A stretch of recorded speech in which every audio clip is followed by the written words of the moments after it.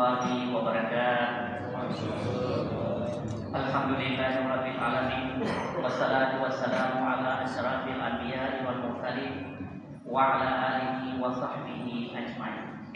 Syukur kepada Allah di subuh pagi ini kita sama-sama sudah menjalankan fardu kewajiban salat berjamaah tepat di awal waktu. Selawat dan salam kepada Rasulullah Sallallahu Alaihi Wasallam. Beliau yang telah membawa umatnya dari alam jahiliyah kepada alam Islamiyah, dari alam kebodohan sampai alam kepandaian. Yang kami hormati dan kami muliakan Bapak Kesi Tuhan adat, kepala dusun, imam dusun, dan pemuda Gampung Cilingki. Yang kami muliakan pengurus Masjid Al-Usta Gampung Cilingki dari BKM, pengurusnya Imam Rawati, remaja Masjid Al-Usta. Yang kami muliakan dan kami hormati jamaah Masjid Al-Usta ini, juga jamaah Sabari Subuh. Di sini ada hadir koordinator jamaah, yaitu seperti Ustaz Erwandi dari BBC Koordinatornya, ada Ustaz Adi atau berani kami sampaikan beliau hadir dari Suling, dan ada dari S3 Pak Hamdani, ada dari Arafah Hukum. Ini maaf yang saya nampak di hadapan saya yang saya sebutkan, dan sekalian para jamaah semuanya telah berhadir di subuh Jumat berkah ini. Sebelum guru kita menyampaikan usia, lebih dahulu kami sampaikan ada beberapa pengumuman yang kami dengar Ustaz Dr. Retna Ilham Maulana SSI. Alhamdulillah hari ini diimami oleh imam kita Ustaz Muhammad Siddiq SPD. Yang kami beritahukan adalah pengumuman ke depan safari subuh dimulai hari esok Sabtu 4 Oktober 2025, subuh Suling di KMA Kota Banda Aceh dan Kementerian Agama Kota Banda Aceh. Sekarang Suling adalah ada pengembangan dari subuh di KMA Kota Banda Aceh menjadi dan Kementerian Agama Kota Banda Aceh, artinya di-backup oleh kantor Kementerian Agama. Kita doakan yang lain, suku-suku yang lain juga di-backup oleh instansi atau institusi pemerintahan yang kuat.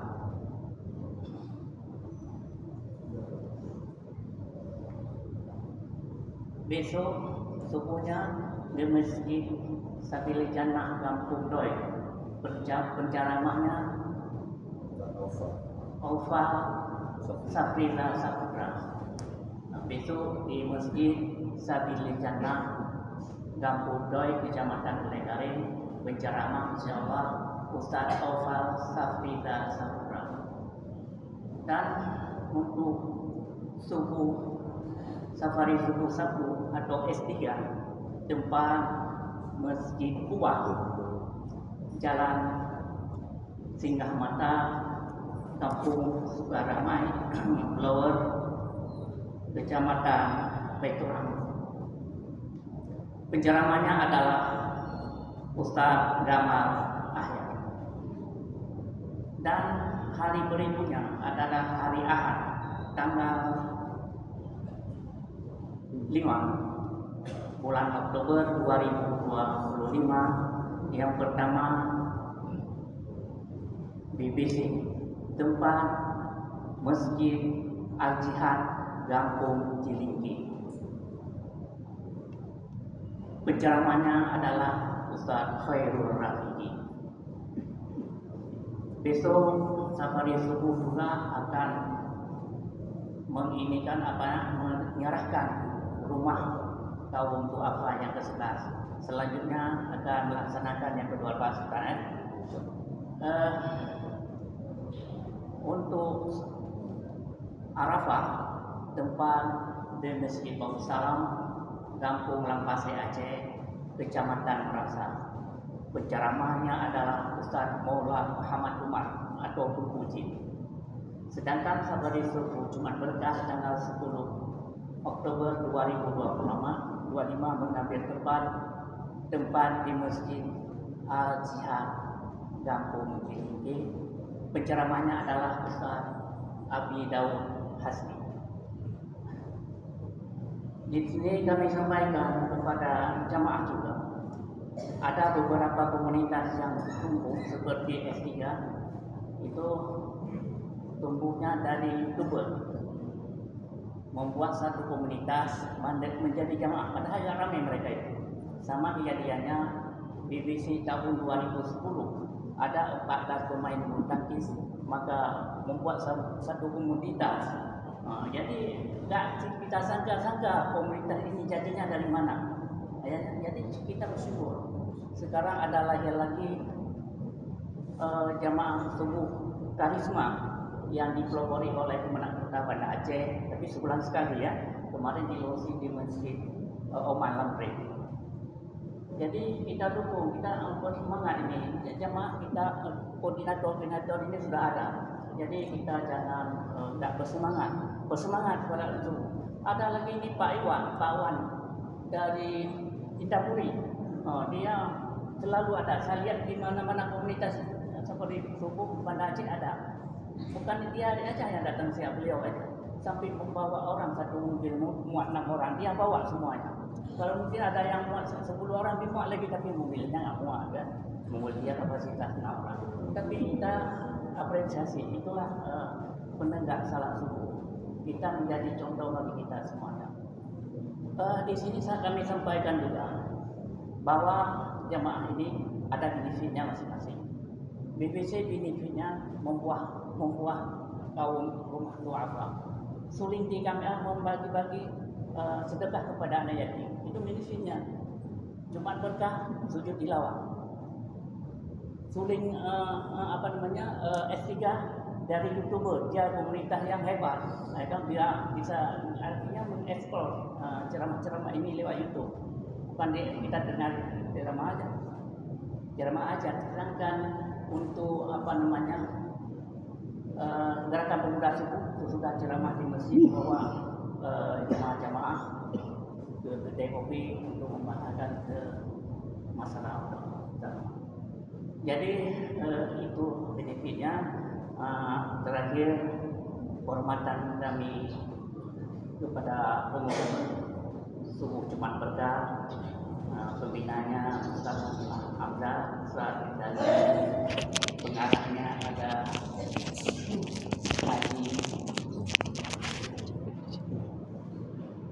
dari sini ya.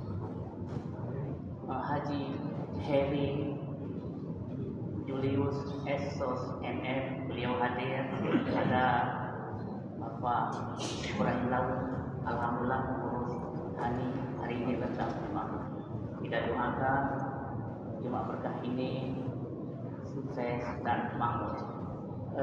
Demikian dari kami kepada guru kami Ilham Ustaz Dr.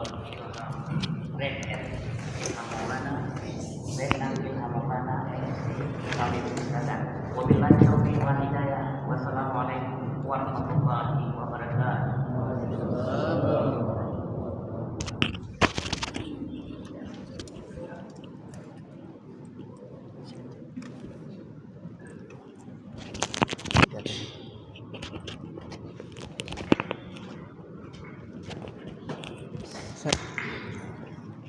Bismillahirrahmanirrahim.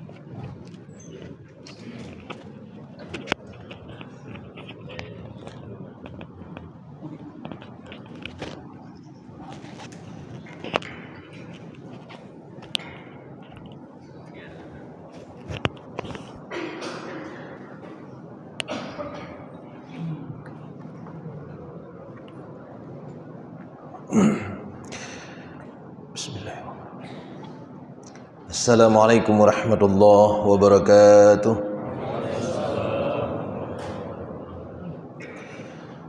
Innal hamdalillah nahmaduhu wa nasta'inuhu wa nastaghfiruh wa na'udzu billahi min shururi anfusina wa min sayyiati a'malina. Man yahdihillahu fala mudilla lahu wa man yudlil fala hadiya lahu. Allahumma shalli wa sallim ala Muhammadin wa ala alihi wa sahbihi wa man tabi'ahu ila yaumil qiyamah. Sidang jamaah subuh yang dirahmati Allah Subhanahu wa taala, bersyukur kita tak pernah berhenti atas nikmat yang Allah beri sampai hari ini. Allah bangunkan kita, Allah sehatkan jiwa dan raga, dan Allah bawa, Allah langkahkan kaki kita ke tempat ini untuk menunaikan solat subuh berjamaah dan memperpanjang iktikaf kita sambil mendengar pesan-pesan agama Allah Subhanahu wa taala. Hidayah yang Allah berikan kepada kita berlapis-lapis. Setelah satu muncul yang lainnya, setelah satu muncul yang lainnya. Maka percayalah bahwa bahkan ibadah yang kita lakukan ini pun karena karunia Allah Subhanahu wa taala. Maka tak boleh kita berhenti mensyukuri setiap apapun yang terjadi. Muhammad sallallahu alaihi wasallam adalah hamba terbaik untuk mensyukuri nikmat Allah Subhanahu wa taala. Maka Muhammad sallallahu alaihi wasallam menyebutkan kalau terjadi sesuatu yang beliau suka, maka beliau akan menyebutkan alhamdulillahilladzi bi ni'matihi tatimmus shalihat. Segala puji bagi Allah yang dengan nikmatnya sempurnalah kebaikan. Kalau ada hal-hal yang beliau tidak sukai, beliau akan mengucapkan alhamdulillahilladzi ala kulli hal. Alhamdulillahi ala kulli hal atau fi kulli hal. Rasul tetap mensyukurinya apapun kejadian. Maka kita pantas mensyukuri setiap apapun yang terjadi dalam hidup kita. Salawat dan salam kita persembahkan keharibaan Nabi besar Muhammad sallallahu alaihi wasallam, Nabi yang mencontohkan cara terbaik untuk mensyukuri nikmat Allah Subhanahu wa taala. Nabi yang mencoba mempengaruhi semua orang yang ditemuinya untuk menjadi orang yang beriman. Meskipun sebenarnya ada orang-orang yang kemudian tidak bersedia, menafikan, mendustakan apa yang beliau sampaikan. Dan disinilah letak kecintaan Rasul sallallahu alaihi wasallam. Setiap saat ada orang yang menolak risalah yang beliau bawa, beliau sedih. Maka kata Allah dalam Al-Quran, فَلَعَلَّكَ بَاخِعٌ نَفْسَكَ عَلَىٰ آثَارِهِمْ illam yu'minu bihadzal hadithi asafa. Hampir-hampir saja Muhammad sallallahu alaihi wasallam itu mencelakakan dirinya sendiri. Artinya terlibat dalam kesedihan yang mendalam karena illam yu'minu bihadzal hadithi asafa. Karena ada orang-orang yang tidak mau menerima apa yang beliau bawa. Jadi beliau sedih sekali kalau seandainya kita tidak mau untuk percaya. Sedih sekali beliau. Dan kesedihan itu menunjukkan cintanya kepada kita. Maka pantaslah kita bersolawat sebanyak mungkin untuk Nabi yang mulia Muhammad sallallahu alaihi wasallam. Salam takzim saya, hormat saya untuk Pak Geci, Tuhaput, Tengku Imum, tokoh-tokoh masyarakat, terutama tokoh-tokoh muda di kampung Jelingke, khususnya di Perumnas Jelingke, kemudian BKM Masjid, Imum Syik, Remaja Masjid, dan seluruh perangkat masjid yang insyaallah selalu terikat dengan masjid ini. Mungkin tidak banyak yang tahu, saya dulu wakil ketua 1 remaja Masjid Al-Wusta. Waktu muda. Hai Jino mentong muda sih. Jadi saya asolo di sini, ya. Cuman tidak banyak yang paham mungkin, ya, karena jarang pulang kampung.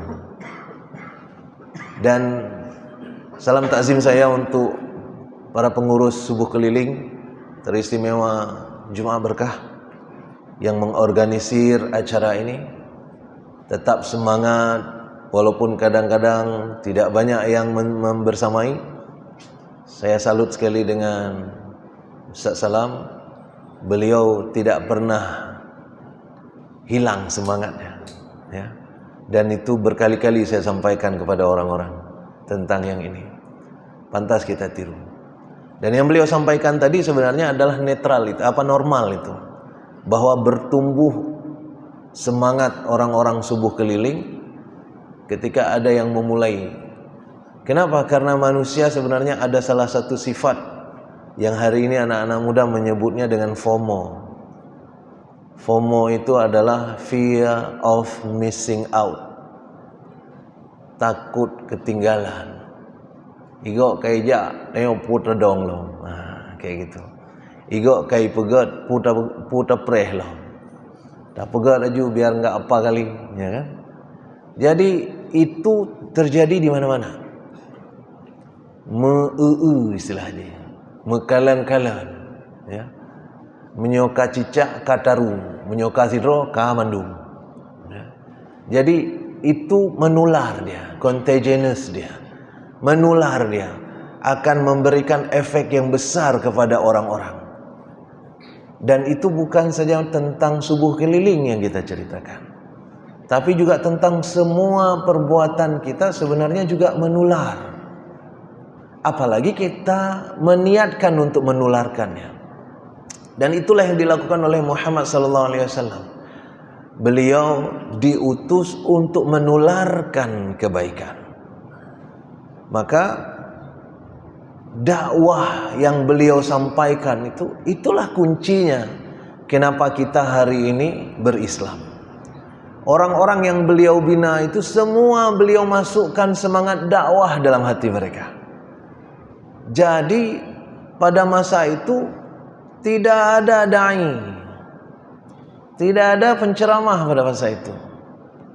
Kenapa? Karena semua orang adalah da'i, semua orang adalah penceramah. Dan ceramah yang paling krusial, yang paling membekas, yang paling berefek, ternyata bukan ceramah pakai kata-kata, bukan bilisan, justru bilhal. Dengan apa yang kita lakukan, dan itu yang dilakukan oleh orang-orang pada masa Rasulullah SAW. Jadi kata-kata itu tidak terlalu bertenaga dibandingkan dengan bilhal, dengan perbuatan. Itu sebabnya nggak usah panjang-panjang pagi ini, ya. Karena nggak terlalu berpower, ya. Jadi sidang jamaah yang dirahmati Allah Subhanahu Wa Taala, itu adalah salah satu kunci kenapa kita berislam hari ini. Karena perjuangan Rasul, perjuangan para sahabat, perjuangan ulama-ulama yang datang kemudian terus-menerus berusaha untuk menyampaikan. Maka orang-orang yang menyampaikan disebutlah mubaligh. Dari asal kata balagha sebenarnya, artinya menyampaikan, ya. Maka mubaligh adalah yang menyampaikan. Bahkan kalau di daerah Calu, di daerah Gelegapui, Nagampung, Nanjih, Beluak, menurut beberapa kisah para tetua, karena di Aceh sayangnya sejarah banyak tidak dituliskan. Kita sering sejarah itu dituturkan. Penuturan itu kadang-kadang terjadi distorsi dalam perjalanan. Jadi hanata tulis, karena itu referensi kita kurang. Ya, referensi kita kurang. Kata para orang-orang tua, bluwa itu berasal dari kata buluh, juga dari balagha, menyampaikan. Bahkan di sana ada daerah yang namanya bluwa Arab. Blue Arab kan? Nah, orang Arab pada zaman dulu tinggal di situ. Mereka adalah para mubaligh yang datang dari Mesir dan dari Jazirah Arab, dan salah satu di antara simpul Islam yang datang ke Nusantara. Blue, ya. Sampai hari ini kampung itu masih dikenal Blue, ya. Kenapa saya tahu sepanjang itu? Nah, tidak banyak juga yang tahu bahwa saya sebenarnya urang Blue. Orang berpikir saya orang Aceh Timur. Lahir betul. Lahir di Aceh Timur, asoluk di Lingki, ya. Darah Blue, ya. Darah Blue. Sidang jemaah yang dirahmati Allah Subhanahu wa taala, di sini kita pahami betapa pentingnya menyampaikan pesan-pesan Allah kepada orang sekitar. Di sini kita menyadari bahwa betapa soleh sendirian saja itu tidak dianjurkan di dalam Islam. Jadi ketika kita mulai dari awal, ketika Allah mengabarkan kepada malaikat bahwa Allah akan mengirimkan manusia yang baru saja Allah ciptakan ke dunia, Allah sebutkan kepada malaikat, wa idh qala rabbuka lil malaikati inni ja'ilun fil ardi khalifah. Ketika Allah mengabarkan kepada malaikat bahwa aku akan menjadikan makhluk yang baru kuciptakan ini menjadi khalifah di muka bumi. Waktu itu sidang jemaah, malaikat memberi pendapatnya. Ya, qalu ataj'alu fiha man yufsidu fiha wa yasfiku dima? Apakah engkau akan mengirimkan mereka untuk mengurusi bumi sementara mereka orang-orang yang berpotensi untuk membuat kerusakan, membuat kekacauan, bahkan bisa saling bunuh sesama mereka? Wa nahnu nusabbihu bihamdika wa nuqaddisu lak. Sementara kalau engkau perlu orang yang mengurusi bumi, ya Allah, engkau boleh kirim kami. Kami tidak akan pernah membuat kerusakan, tidak akan pernah membuat kekacauan. Kami sepanjang hidup akan bertasbih kepada engkau, memuji engkau, mensucikan namamu, ya Allah. Waktu itu Allah menyebutkan, inni a'lamu ma la ta'lamun. Wahai malaikat, ada yang aku tahu dan engkau tidak tahu. Jadi Allah tidak bocorkan apa sebenarnya itu. Dan singkat cerita, Allah kemudian turunkan kita ke bumi. Tapi cerita Allah ngomong dengan malaikat tadi dikabarkan ke kita. Padahal kan bisa saja omongan Allah dengan pembicaraan Allah dengan malaikat tadi tidak dibukukan dalam Al-Quran. Sangat mungkin. Tapi kenapa Allah bukukan? Supaya kita paham ada potensi itu dalam diri kita. Potensi buat kerusakan, potensi buat kekacauan, potensi untuk saling bunuh-bunuhan sama satu sama lainnya. Potensi itu.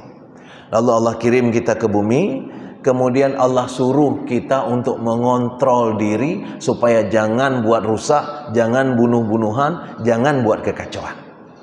Allah suruh itu. Supaya kita mampu menjalankannya, Allah kirim instrumen. Allah kirim Al-Quran. Gini caranya supaya kalian bisa mengontrol diri kalian. Terus sekarang kita bagaimana cara menjalankannya? Allah kirim orang untuk mempraktekkan dengan sangat sempurna bagaimana cara mengontrol diri mereka. Siapa orang itu? Para nabi dan para rasul. Dikirim oleh Allah untuk menunjukkan kepada kita. Lalu sidang jemaah yang dirahmati Allah Subhanahu wa taala, tidak semua orang akan mengikuti nabi ini. Kenapa? Yang mengikuti itu adalah yang percaya. Dalam Al-Quran disebut dengan amanu. Ya, itu yang percaya. Yang percaya ikut. Begitu dia percaya, maka konsekuensi dari sebuah kepercayaan dia akan jawantahkan dalam perbuatan. Itu sebabnya nama amal perbuatannya kemudian amilus sholihat. Dan di dalam Al-Quran ketika Allah bicara tentang amilus sholihat, itu selalu saja Allah gandeng dengan amanu. Boleh dicek. Illalladzina amanu wa amilus sholihat. Tadi di dalam surah As-Sajdah apa dibaca oleh Ustaz Siddiq tadi? Ammal ladzina amanu wa 'amilus solihati falahum jannatul ma'wa nuzulan bima kanu ya'malun. Ya, amanu wa 'amilus solihat. Sekali-sekalinya Allah bicara tentang amalan yang tidak disertai oleh iman, Allah justru sebutkan bahwa amalan ini nggak ada gunanya. Kapan itu? Kata Allah di dalam surat Al-Furqan, ya. Surat Al-Furqan ayat 23. Lupa pula saya ayat awalnya. Surat Al-Furqan ayat wa qadimna, itu di ayatnya. Wa qadimna ila ma 'amilu min 'amalin faj'alnahu haba'an manthura. Allah sebutkan di sini sebuah amalan yang tidak didasarkan pada iman. Ya. Wa qadimna ila ma 'amilu min 'amalin. Allah tidak menyebut min 'amilus solihat, tapi Allah menyebut cuman amalin saja. Kenapa amalin? Karena ini basisnya bukan karena iman. Jadi semua kebaikan yang tidak berbasis pada iman masuk dalam kategori surat Al-Furqan ayat 23. Apa kategorinya? Wa qadimna ila ma 'amilu min 'amalin. Maka pada hari itu nanti akan dihadapkan kepada mereka semua amalan yang pernah mereka lakukan, amal kebaikan, tapi bukan berbasis iman. Maka Allah tidak menyebutnya solihat. Ya. Amilu min amalin. Apa yang terjadi dengan amalan ini kemudian? Faja'alnahu haba'an manthura. Maka amalan itu berterbangan seperti debu, tidak bisa dimanfaatkan oleh mereka. Tidak ada manfaatnya. Kenapa? Basisnya nggak ada. Basisnya nggak ada. Itu sebabnya di dalam surat Al-Asr kemudian Allah gandengkan antara amanu dengan amilus solihat untuk syarat tidak rugi dalam hidup. Kata Allah, innal insana lafi khusr. Allah mulai dengan wal asr, demi setiap waktu yang kalian habiskan, demi setiap detik yang berjalan, setiap detik itu innal insana lafi khusr. Setiap detik itu kalian mengalami kerugian. Setiap detik, bukan setiap hari, setiap detik. Setiap detik yang berlalu rugi kalian, kata Allah. Illalladzina amanu, kecuali yang percaya dengan apa yang disebutkan Allah dibawa oleh nabinya. Kemudian dari percaya itu muncul amilus solihat. Illalladzina amanu wa amilus solihat. Kemudian beramal dengan amal kesolehan. Basisnya percaya baru amalan kemudian. Kalau tidak ada basisnya langsung beramal, maka amalan itu faja'alnahu haba'an manthura. Semuanya jadi debu berterbangan, gak ada gunanya. Maka syarat sah salat yang pertama adalah dia Islam. Ketika tahun lalu kalau tidak salah, kita mungkin ingat kejadiannya, ada orang yang membunuh orang sholat Jumat di New Zealand, di Selandia Baru. Jadi dia live di Facebook dan di Instagram membawa senjata, kayak main game dia buat, masuk ke masjid orang lagi sholat Jumat, diberondong orang semuanya. Grrr. Syahid waktu itu sampai 50-an orang yang syahid, yang luka-luka banyak juga. Nah, setelah itu kejadian, apa yang terjadi? Orang-orang New Zealand yang pada dasarnya mereka punya toleransi beragama yang cukup baik, di Jumat berikutnya orang-orang New Zealand itu berkumpul di daerah masjid. Mereka membuat pagar betis agar orang Islam bisa sholat dengan nyaman, tidak ada gangguan. Ini bukan orang Islam ini yang membuat pagar betis. Mereka kelilingi masjid, ramai sekali, persis kayak demo. Mereka kelilingi masjid supaya orang-orang yang akan membunuh orang Islam yang sedang ibadah tidak ada lagi kejadian. Dan ketika sholat dimulai, biasa itu kalau di luar negeri sholat Jumat itu selalu lebih sampai keluar karena masjidnya kurang di mana-mana. Beberapa tempat di luar negeri yang sudah pernah saya sholat Jumat selalu demikian, ya. Bahkan waktu di Australia dulu, ingat saya, kebetulan saya pengurus masjidnya salah satunya, itu kami harus selalu naruh imam sambung di dekat pintu keluar. Kenapa? Imam sambung itu untuk menyambung pernyataan imam kepada jamaah yang ada di jalan. Jadi di jalan orang sholat. Ketika sholat Jumat sudah dimulai, itu di jalan penuh tuh, ya, masjidnya kurang, di jalan penuh. Sehingga yang ada imam di dekat pintu yang kami selalu taruh, jadi yang imam di depan bilang Allahu Akbar, yang di dekat pintu Allahu Akbar, ya, tersambung ke sana. Lagi di Mekah sih, lagi di Mekah. Mai Mekah sebenarnya hana payah sambung li. Ya. Mi ubiraya suka loh, okay? Hana payah sambung li, tapi sudah dibudayakan itu. Jadi sidang jamaah yang dirahmati Allah Subhanahu wa taala, begitu juga di New Zealand ini, di masjid ini, orang sholat sampai ke jalan. Sampai ke jalan. Bahkan sampai menyentuh pagar betis. Jadi di samping pagar betis itu orang sholat. Karena orang-orang pagar betis ini tertarik melihat orang sholat, maka mereka ikut sholat, beberapa di antara mereka. Nyan wudu dan ilu panu sapu dan, kan? Mohon maaf dah begah mirai dan, ya, karena mereka pakai tisu ya saja, ya, dilap pakai tisu nggak dicuci. Dan sholat mereka ikut sholat, dan sholatnya mereka cuma mengikuti gerakan saja, mereka nggak tahu apa yang sebenarnya terjadi. Kalaupun mereka ikut sholat, ya, maka sholat mereka tidak diterima. Kenapa? Karena tidak berbasis amanu, maka amilus sholihatnya tidak terjadi selanjutnya.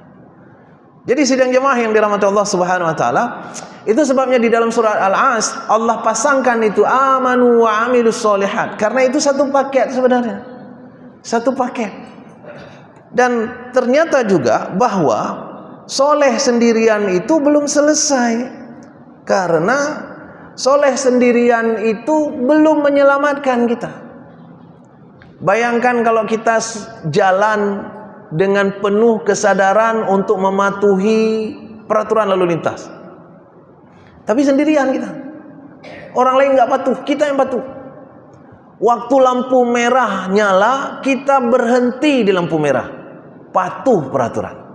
Apakah itu sudah menyelamatkan? Belum. Kenapa? Karena ketika lampu hijau hidup kita jalan, awak belah deh yang lampu merah diterobos dan terjadilah kecelakaan. Kita tetap ditabrak oleh dia walaupun kita patuh pada peraturan. Anak teman saya sampai wafat di simpang 4 Gelanggang. Mereka kenapa? Mereka itu, beliau sama mamanya di lampu merah berhenti. Begitu lampu hijau jalan. Awak belah deh waktu lampu merah hijau, alih huta warna nanti, ya. Waktu merah sebelah sana jalan, tabrakan, meninggal anaknya. Anak laki-laki satu-satunya wafat di jalan, ya, wafat di jalan. Jadi sidang jamaah yang dirahmati Allah Subhanahu wa taala, kita soleh sendirian itu tidak cukup untuk menyelamatkan.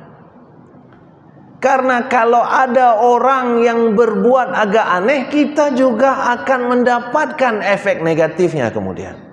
Banyak contoh-contoh yang seperti ini. Apa contoh lagi yang seperti ini? Ini yang sering orang ceritakan. Ketika kita berada di dalam sebuah kapal, maka semua orang harus dengan kesadaran penuh untuk menjaga kapal itu agar tidak tenggelam. Tapi menyonasi dro mentong urumpungo lang kapal, ya kan? Dia pula yang membolongi lambung kapal. Dia yang membolongi lambung kapal. Itu semua kita akan tenggelam gara-gara dia pungo. Itu sebabnya sidang jemaah yang dirahmati Allah, dakwah itu menjadi simpul penting. Karena Allah tidak hanya mau kita soleh sendirian. Allah bicara di dalam Al-Quran sering sekali dalam bahasa-bahasa komunal, bahasa jamaah, bahasa kelompok, rame-rame kalian. Kenapa? Ada tanggung jawab individu, ada tanggung jawab sosial. Jadi tidak bisa kita sendirian yang soleh saja kemudian tidak open sama orang. Dalam bahasa kita mungkin sering bilang, pokoknya ilung ku jaga dro. Hansip bang, hansip. Jaga dro mentong hansip. Itu sebabnya di dalam Al-Quran Allah masih masukkan orang yang jaga dro saja dalam kategori orang yang mengalami kerugian. Ketika Allah sebut tadi innal insana lafi khusr, bahwa sungguh manusia itu berada dalam kerugian, siapa yang dikecualikan oleh Allah? Alladzina amanu wa amilus solihat wa tawasau bil haq wa tawasau bis sabr. Baru titik. Yang lain koma semua. Dan koma itu kemudian dihubungkan dengan wa, dan. Itu artinya paket komplit, lengkap. Apa lengkapnya? Lengkapnya kalian beriman, kalian melakukan amal kesolehan, kalian kemudian saling mempengaruhi untuk kebaikan, saling mempengaruhi dalam kesabaran. Jadi saling mempengaruhi itu menjadi penting. Itu sebabnya ketika Allah bicara tentang orang yang masuk surga tadi dalam surah As-Sajdah yang dibacakan, Allah bicara tentang hum. Allah tidak bicara sendirian. Ketika Allah bicara juga orang yang masuk neraka, Allah bicara juga hum. Ya. Wa ammal ladzina fasaqu, dibaca tadi. Fama'wahumun nar hum, kata Allah. Ya. Kullama aradu an yakhruju minha u'idu fiha wa qila lahum hum lagi. Selalu Allah bicara semangatnya komunal, ramai kalian, karena Allah tidak mau kita soleh sendirian. Soleh sendirian belum selesai. Itu baru tahap awal. Ku anfusakum baru sampai di situ. Ku anfusakum baru sampai di situ. Wa ahlikum nara. Karena Allah pakai wa, maka itu tak boleh ditinggalkan. Itu satu paket. Jadi ku anfusakum masih rugi kita. Salah satunya logika sederhananya adalah yang kita sebutkan tadi, bahwa ketika orang-orang di sekitar kita membuat sebuah kerusakan, cepat atau lambat kerusakan itu akan berefek pada kita kemudian. Cepat atau lambat. Makanya Bapak Ibu yang dirahmati Allah Subhanahu wa taala, kata Allah Subhanahu wa taala di dalam Al-Qur'an, wattaqu fitnatan la tusibannal ladzina zalamu minkum khassah wa'lamu annallaha syadidul iqab.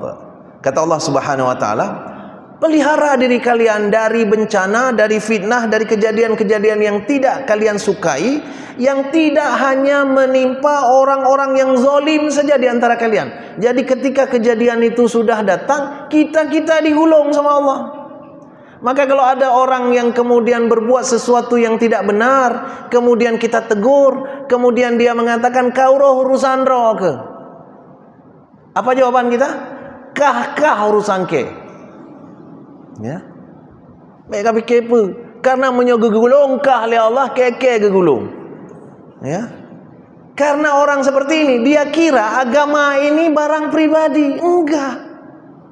Allah justru memasukkan simpelnya semangat dakwah ke dalam diri semua orang, supaya semua orang punya rasa berkewajiban, punya tanggung jawab untuk melihat orang-orang di sekitarnya. Dan itu dijadikan oleh Allah indikator keimanan. Mar'a minkum munkaran.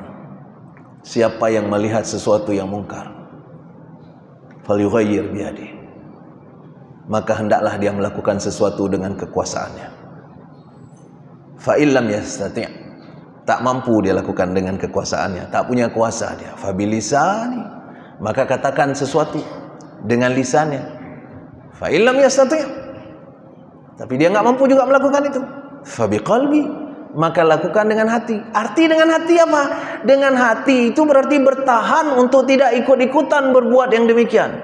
Artinya aku selamatkan diriku sendiri saja. Itulah dengan hati. Itu dengan hati. Maka Rasul SAW menutup hadis ini, itu yang lemah. Itu lemah sekali. Imannya lemah sekali kalau seandainya kita hanya berpikir tentang diri kita sendiri. Hanya peglah draw. Hansip sidang jamaah yang dirahmati Allah. Dan hari ini sebenarnya itu jamak kita lihat bahwa orang-orang itu cenderung untuk berada pada posisi iman yang sangat lemah tadi. Sangat lemah. Rasul di hadis yang lain mengatakan, khairukum man ta'allamal Qur'an wa 'allamah. Lagi-lagi hadis ayat yang demikian-demikian itu selalu saja pakai wa. Selalu saja pakai wa. Apa filosofinya? Itu satu paket. Enggak bisa kita potong setengah saja. Ya. Kayak kita tebus obat. Drop hansip peng yang nejuk si tengah resep dong. Ya. Jadi si tengah resep menyodi al-asri alladzina amanu wa amilus solihat ilmu kasih enan hansip peng. Ya. Enggak cukup. Wa tawasau bil haq wa tawasau bis sabr. Ketika kita bicara Luqman cerita kepada anaknya, itu sama kasusnya. Ya. Aqimus shalah wa atuz zakah, ya. Wa'mur bil ma'ruf wanha 'anil munkar wasbir 'ala ma asabak. Selalu saja amal soleh itu digandingkan dengan dakwah. Enggak bisa sendirian kita. Dan itu bukan tanggung jawab penceramah, bukan tanggung jawab mubalik. Semua kita punya tanggung jawab. Bagaimana kalau aku tidak sanggup untuk berdiri di depan? Itu aku punya habai ke? Golong ku habai kai pelung urung. Misal. Kita bisa berkontribusi di bidang lain. Makanya berkali-kali di dalam ceramah saya puji-puji Pak Ustaz Abdul Salam. Ya. Kenapa? Beliau pernah ngomong ke saya ini, saya bilang di depan beliau, "Adon tebi le don." Beliau pernah ngomong ke saya, "Ilon Ustaz." Nah, kata beliau, "Ilon Ustaz. Ilon ceramah hanya ilon." Ya. Dong imung pi hampah. Ceramah hanya ilon dong imung pi hampah. Yang dia lo yang kelon telepon urang nagai. Kakaknya lom pelaku. Saya telefon ustaz, saya telefon orang, saya buat flyer, saya lon telepon semujik, lon pegah hino jamaah berkah. Sehingga semua yang datang karena apa yang beliau lakukan, pahalanya beliau panen. Jadi sidang jamaah yang dirahmati Allah Subhanahu wa taala, bisa jadi memang kita tidak mampu berdakwah. Bisa jadi kita memang tidak mampu untuk melakukan sesuatu untuk mempengaruhi orang. Apa yang bisa kita lakukan? Kontribusilah dalam dakwah itu. Apapun yang bisa kita lakukan. Saya habis ngomong ini di dalam salah satu kajian. Setelahnya langsung ada orang kaya bilang begini, "Ustaz, kalau Ustaz dakwah-dakwah ke daerah pakai mobil saya ya." Nah, telun kapri le. Bukan itu tujuan saya, tapi beliau langsung bisa nalar. Aku tidak punya apa-apa, tapi aku punya mobil. Beliau pengusaha rental, pengusaha mobil rental. Nya ustaz menyoneja daerah, mau tolong pakai. Bahkan bah gecatat le Allah hadir nalung. Drone dakwah long-long cuma. Ya. Saya kemarin itu pernah mau beli motor untuk ke masjid karena motor saya sudah dipakai oleh anak yang satu, anak yang dua, sehingga motor saya udah habis.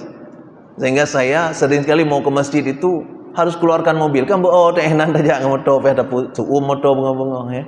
Sehingga saya mau beli motor. Saya tanyalah sama kawan.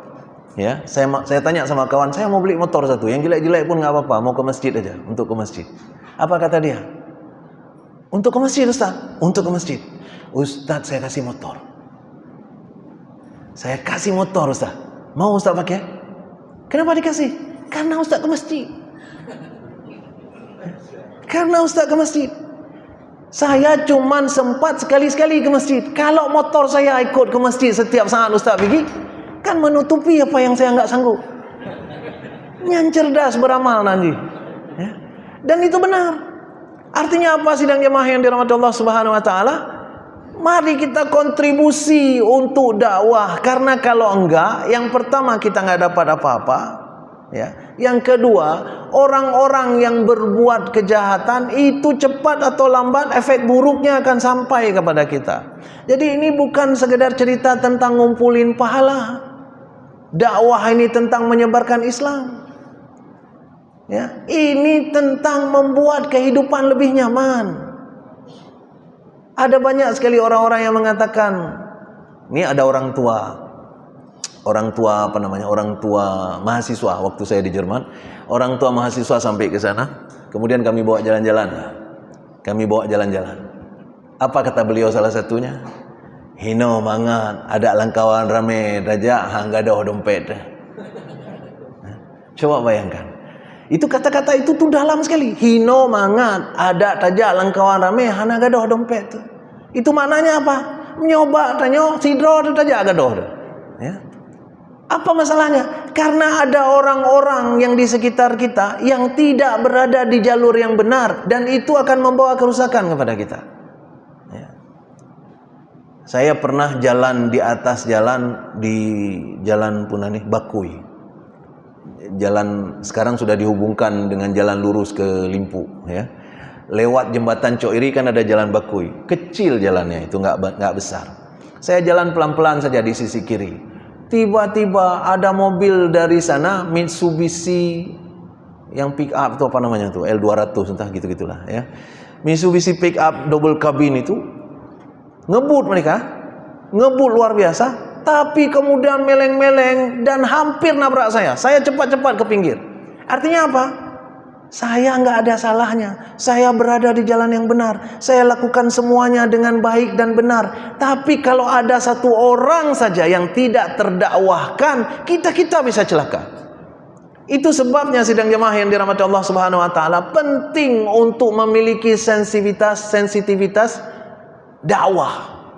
Setiap melihat sesuatu yang tidak benar, harus muncul ada keinginan minimal sekali, dan itu selemah-lemah iman, untuk melakukan sesuatu.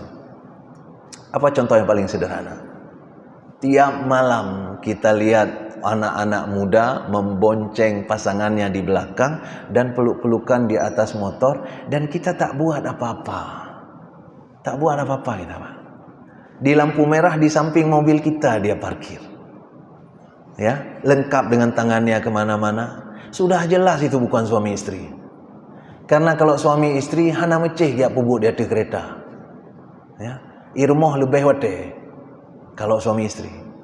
Maka kawan saya sampai membuat analisis bahwa cara duduk di motor kita bisa tahu status mereka. Kalau suami istri begini duduknya katanya. Kalau ibu dengan anak begini duduknya. Kalau kakak dengan adik ini duduknya. Kalau duduk begini pasti pacaran dia. Ya. Dan yang begitu, apa yang kita lakukan Bapak Ibu? Sesederhana mungkin, taputren kaca motor. Sesederhana mungkin. Dia sudah di samping kita. Memang bukan kebetulan. Allah tempatkan dia di samping mobil kita. Hanya Allah ingin melihat apa yang kamu lakukan. Karena dalam hadis disebut, man ra'a minkum munkaran falyughayyir biyadihi. Masa kamu nggak punya kekuasaan sedikit pun? Fa illam yastati' fa bilisani. Ngan abah hanya kapegah. Ya. Turunkan kaca haine nyan kahala pugalam. Ya. Sikat saja. Mungkin ada yang bilang, hai dengo. I dengo atau enggak bukan urusan kalian. Ya. Innama tunziru man ittaba'a dzikra wa khasyiyar rahmana bil ghaib. Ya kan? Urusan kalian ngomong. Urusan kalian berbuat. Minimal sekali kita sudah menyelesaikan bagian kita. Jadi sidang jemaah yang dirahmati Allah Subhanahu wa taala, ayo kita mulai. Mulai dari saya sendiri juga. Ayo kita mulai. Berhenti di lampu merah, ya. Atau niatkan dari rumah. Begitu malam Minggu, ya anu dah berangkat. Ho aja. Ya. Tajak lampu merah. Sengaja memang untuk berada di lampu merah. Saya kaidong di samping buka kaca. Keun sikrek untuk. Ya. Hai ne kayak puau ane gop. Ya. Atau hai ne acika bayangkan meninggai ke dinoju. Ya. Sidang jamaah yang dirahmati Allah Subhanahu wa taala, itu adalah bagian dari dakwah. Karena itu sidang jamaah yang dirahmati Allah, sudah lama sekali mohon maaf. Karena sudah syuruk, kita ambil kesimpulannya. Apa kesimpulannya? Kesimpulannya bahwa Islam tidak mengencourage kita untuk masuk surga sendirian. Itu sebabnya ketika Allah bicara tentang surga, Allah bicara seluas langit dan bumi supaya jangan ada kekhawatiran untuk rebut-rebutan lahan. Lagi idunya, ya kan? Lagi idunya si jengkai tanyoh-tanyoh ico igop, ngemparang tetap. Ya. Di akhirat, di surga nanti Allah mengatakan ardhuhas samawati wal ard.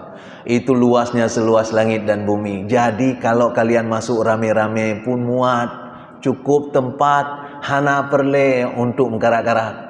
Ya. Hana perle rebut-rebutan. Itu sebabnya enak kalau kita masuk ramai-ramai ke dalam surga. Saya ingin tutup dengan sebuah kisah sederhana dari seorang pengusaha hebat. Ini saya dengar di seminar dia.